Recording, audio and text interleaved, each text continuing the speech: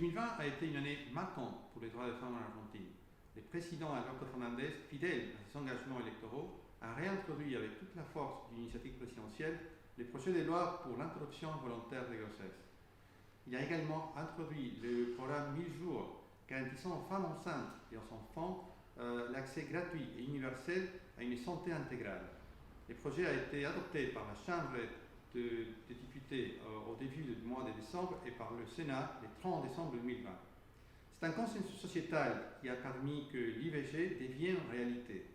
La lutte des femmes en Argentine a une longue histoire et s'est matérialisée notamment à partir de 2005 avec la création d'une campagne nationale pour les droits à l'avortement légal qui a rassemblé des femmes et des hommes appartenant aux ONG, aux universités, aux syndicats et au secteur de la santé. En 2018, la campagne nationale a abouti pour la première fois avec l'introduction dans l'agenda de travail de la Chambre des députés du projet de l'IVG. Au bout de 2 mois d'un débat historique, le projet échouera. C'est autour de cet événement majeur de l'histoire des droits des femmes en Argentine et du débat intense qui a précédé le vote à l'Assemblée nationale en 2018 que le réalisateur argentin Juan Solanas nous offre un témoignage incontournable de ce moment bouleversant de la vie politique et sociétale argentine.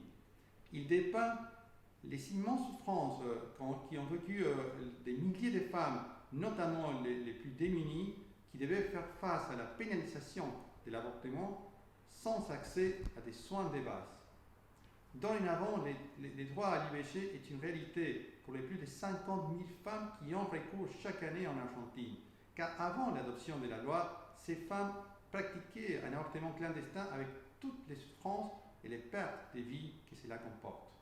Et en l'occurrence, j'aimerais évoquer la figure de Madame Simone Veil, qui disait dans sa belle biographie « Bien entendu, j'ai consulté aussi de nombreux gynécologues. Ma surprise a été de découvrir combien leurs avis étaient partagés. En revanche, j'ai rencontré chez les généralistes une quasi-unanimité en faveur de la loi. Ces hommes de terrain étaient effarés de voir les dégâts qu'entraînaient les avortements clandestins dans les couches populaires. Il fallait que la loi protège ces femmes. » Fin de citation. La promotion et la protection des droits des femmes est une priorité en Argentine et en conséquence, le 8 mars est une journée importante de réflexion et d'action. L'Argentine porte dans les forums internationaux et régionaux les drapeaux de l'égalité des genres et du respect des droits des femmes. Je vous souhaite une excellente projection.